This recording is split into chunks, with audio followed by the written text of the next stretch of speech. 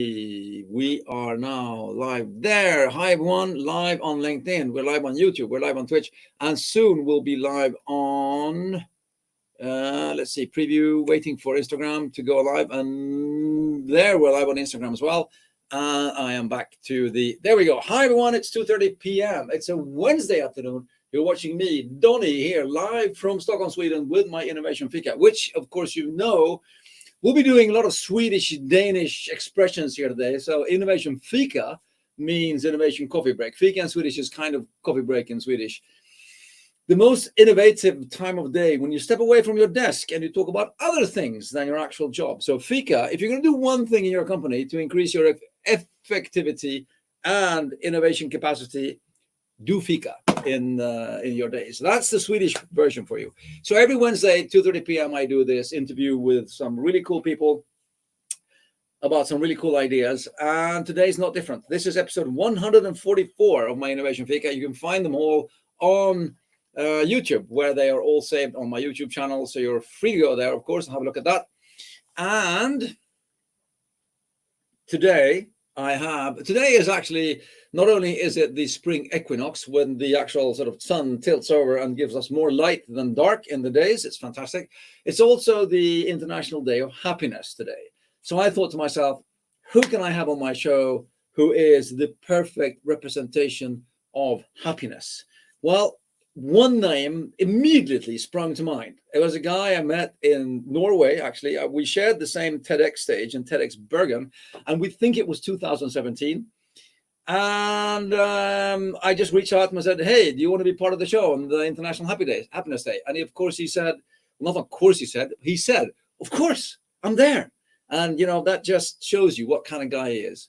So I'll soon invite him in from the green room where he's waiting to get on. But I will also say hi to everybody watching. Just like, oh, Yash, you're on YouTube. I can see your comment. This is fantastic. Yash has had trouble with his LinkedIn comments. Yash from India saying hello. And I will encourage you, everyone else coming online, say hi, say where you're from, get the networking going. We do the live broadcast because we want comments and we want live interaction with people. Otherwise, I would just record it, but that's not fun. So, live show with Donny and straight from Denmark, Lars AP. Right? Welcome to the studio, Lars. Thank you so much, Donny. Thank you so much. Great to be here. That's awesome. Awesome. So, where are you? Where are you now? Copenhagen? I'm in Copenhagen. I'm actually in a hotel lobby because I'm between two meetings, so I just had to dash in here into space where I could sit down with you. Yeah, well, I'm super happy that you could manage to squeeze me in between the meetings to have this. Yeah, fantastic. Now, and I'll ask you the same thing that I ask all of my guests as we're starting up the show. I'll just say, so Lars, who are you and what do you do? Can you give us like a minute of that about who Lars is and what he does? So I'm Lars. I'm a half American, half Dane, living in Copenhagen, Denmark, and I've started up a movement in Denmark which is about friendliness. So it's basically animating one of the happy people on Earth, which is the Danes, into also becoming the friendliest people on Earth. And I've been working with that since 2010. Just basically trying to mobilize people to reach out a little more and be friendly towards each other. So basically, that's who I am. Yeah, and you actually wrote a book about it that then has become, and I'll fill in there. Lars wrote a book about being very, very friendly, extreme friendliness, and that has become a national movement in Denmark. And I would say we all need that national movement in our countries today, in the world as it looks today. So we need more friendliness, we need more compassion, and that will also, of course, generate more happiness. But coming back to the friendliness approach then, I'm not going to ask, I will ask you actually, what's the secret then? What's your formula for people and a community in general to increase the friendliness? How do we do it? Okay, well, I'd say there's as many ways into it as there are people on Earth, because it depends on what kind of a person you are. But obviously, there are some basic things that are good to keep in mind. Now, you and I are both in Scandinavia, so we're among people who traditionally are socially anyway slightly closed off, can be maybe a little hard to get to know. So one very, very good thing to do, at least here in Scandinavian countries, but actually also all other places on the globe, is to just be open. And so to seek out, seek out the possibilities that you have to maybe strike up a conversation, even just say hi, even just send off a smile to a stranger. Just little things like that obviously can start the dance between people. Also, another thing that I'd say, which is often forgotten in a busy world, is playfulness. So just trying to sprinkle a little bit of a play or wonder into the way that we interact with each other. And of course, there are myriads of ways you can do this, but I mean, just trying to do that every day, it just adds a whole lot more fun to your own life. So those are two obvious ways to get started. I love that. And I think also you've just mentioned, you've actually also mentioned a couple of fundamentals, not only for happiness that we're talking about today, but you've also mentioned a couple of fundamentals for creativity and innovative organizations and innovative societies, where there's an openness, not only towards each other and sharing ideas, but there's also an openness to new ideas and a curiosity, an honest curiosity that, wow, hi, Lars, how good to meet you. I'd love to know more about you. And that openness is something that can also be the foundation. So a friendlier... Yes, Donnie, I just wanted to say, because I know you obviously are, indoor world champion in innovation. And we did we had 1,000 Danes, and we did an experiment or a research project with a sociologist from Copenhagen University, where we tried to see, well, what actually happens if we ask people to do one friendly deed a day for a week. So we had the test group, and then we had a control group. So we had 500 people who basically just did throughout the week what they would usually do. I mean, not that they were assholes. If they are normally assholes, then continue doing that. And then the other 500, this group, we asked them to do one friendly deed a day. And then the sociologists obviously know how to do research like this. So there were a ton of questions that they had the day before the research project started, and then at the end of it. And when we had, there was tons of insights into what it actually does to us when we decide to be just slightly friendlier, or just do one friendly deed a day towards other people. And in regards to innovation, we actually saw that the bubbly, inspired feeling of being creative, the friendly cohort, that rose by 22% compared to the ones who were in the test group. So, and I've actually also, I've worked quite a bit with creativity and innovation in organizations. Yeah. And I've sort of, not that I've stopped doing it, but I've realized, wait a minute, one very, very important aspect and one way to get things started is to just get people to be friendly towards each other, because the curiosity, the openness, the sharing of ideas and insights, boom, you really get a whole lot of innovation going that way. So that was quite interesting. Another little fact with that was, we asked people, there were lots of questions, but we asked people, what kind of a hair day are you having today? It turned the friendly cohort, their hair day was 18% better than the people who were not being friendly. So, I mean, your hair looks better when you're friendly. It's everything. Yeah, but I know it solves everything. I know it solves everything, but I love this because now we can say, based on research, that happy, friendly people are more creative than assholes. Exactly, and have better hair. So, I mean, why wouldn't you want to be? Yeah. Yes, and then it's fantastic. I love it. By the way, and the thing is, and this is exactly the report we're having now in this conversation, is exactly the whole sort of fundamental of everything I say when I talk to people in startups and in the companies as well, is the whole idea that okay, so take your job very seriously, but never yourself. There has to be a dimension of playfulness in what you do, because otherwise, one, if you're not enjoying yourself, if you're not having fun in life, you won't have fun in life, which is stupid in itself. I mean, life is hard enough as it is without trying to ruin it even more. Absolutely. No sense in doing that. And yes, we will become more creative, and we'll be more friendly, and we'll have less speed bumps in our life. It's easier to. I mean, it's easier to just send an email to somebody like yourself and say, "Hey, Lars, do you mind being on my show?" And the chances improve that the person will say, "Hell yeah, I'm running around, I'm super busy, but I have this little thing between meetings, and I'll try and squeeze you in." Yeah, sure. So of course.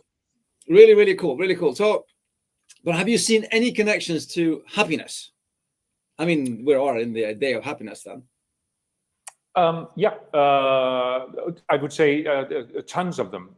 There's lots of research being done now in the area of awe. So awe moments, which are situations when I'll just go back a little bit. I stumbled into this field myself about 5 years ago because I was reading up on Abraham Maslow's studies and research and I did not know this, but we all know the pyramid of needs, Maslow's pyramid. There's five levels in it, and the top level is I'm blanking on it now, but it's self-actualization.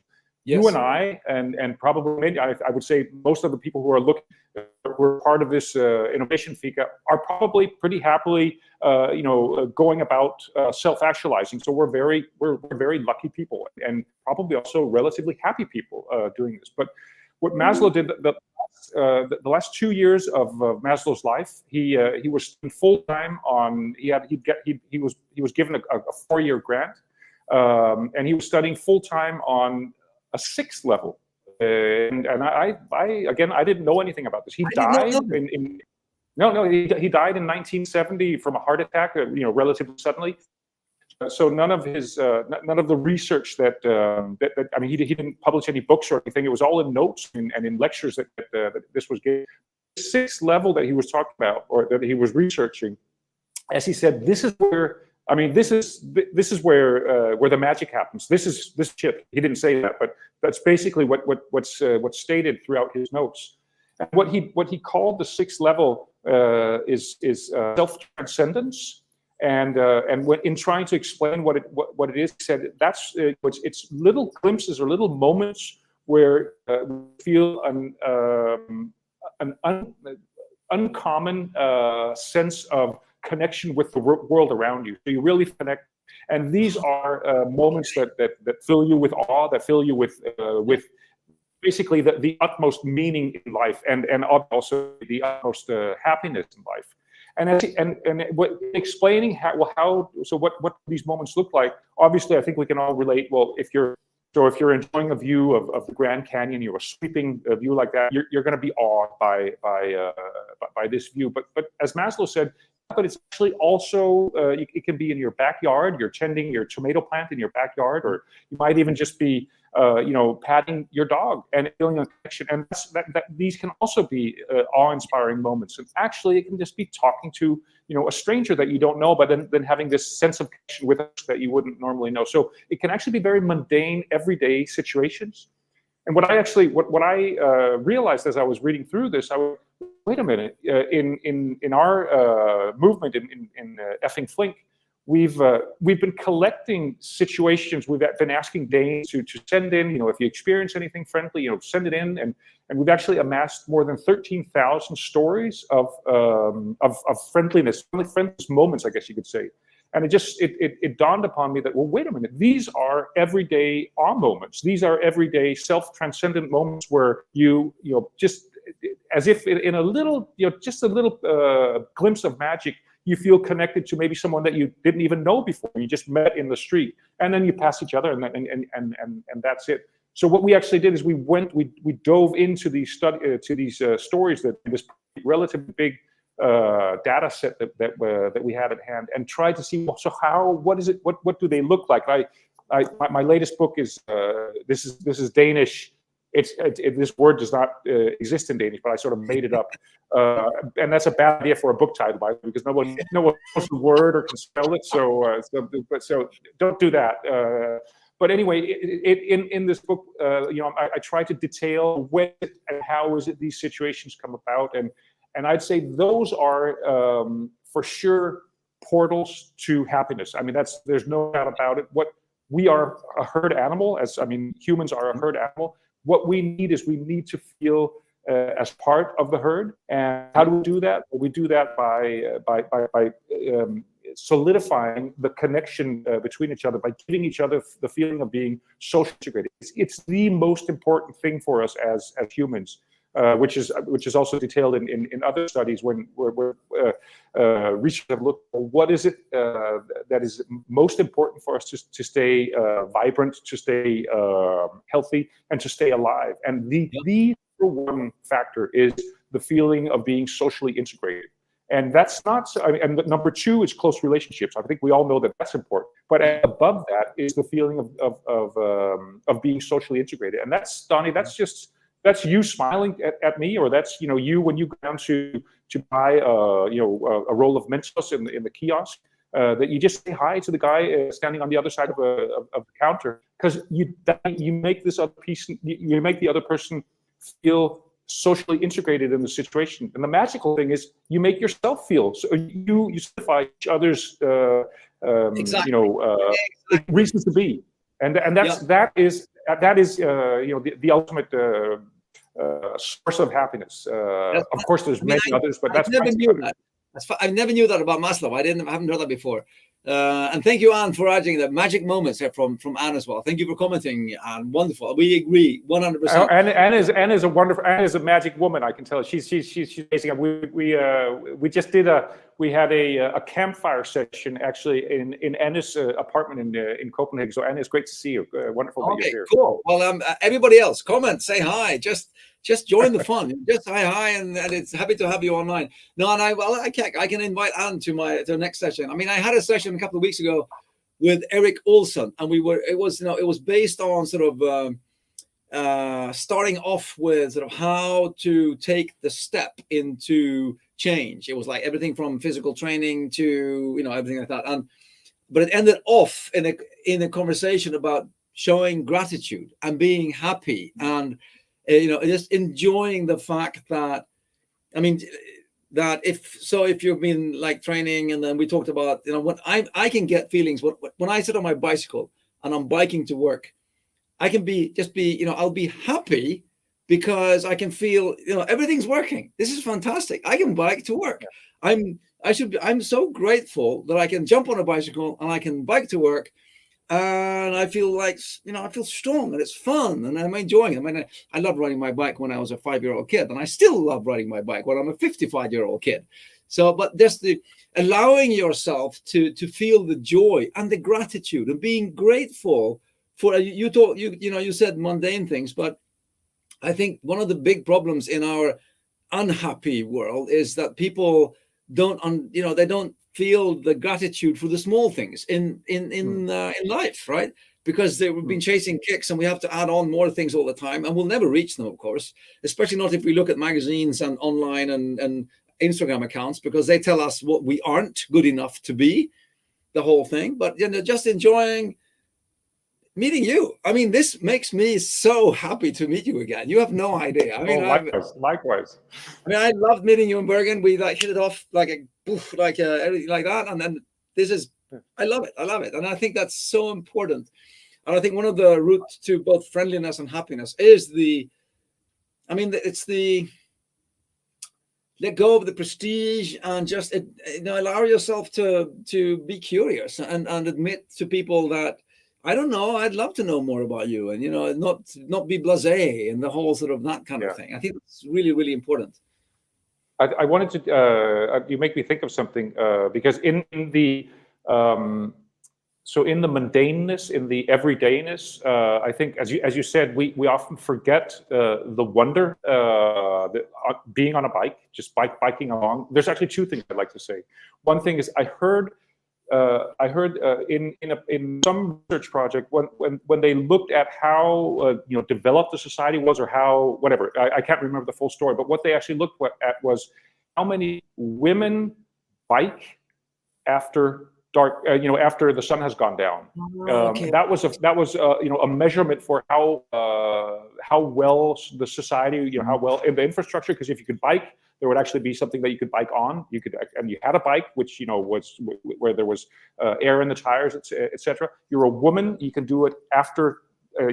After dark or when it's dark, so you're safe. So it was actually a measurement or a way to, with one aspect, to see, well, how safe, how well are we doing in the society. So that was just one thing, that we shouldn't take these mundane things for granted. I mean, they're amazing that we can do these things. Yeah. The other thing I wanted to say is I heard from Robin Kimmerer's book, Braiding Sweetgrass. So she's an American native, and in it there was just one little story that really struck me, and it was when she was out there with her father. I think it was out canoeing, and then they'd have a cup of coffee, which they'd make on the pot, and then before he poured coffee in the cups, he'd just pour a little bit of the coffee on the ground.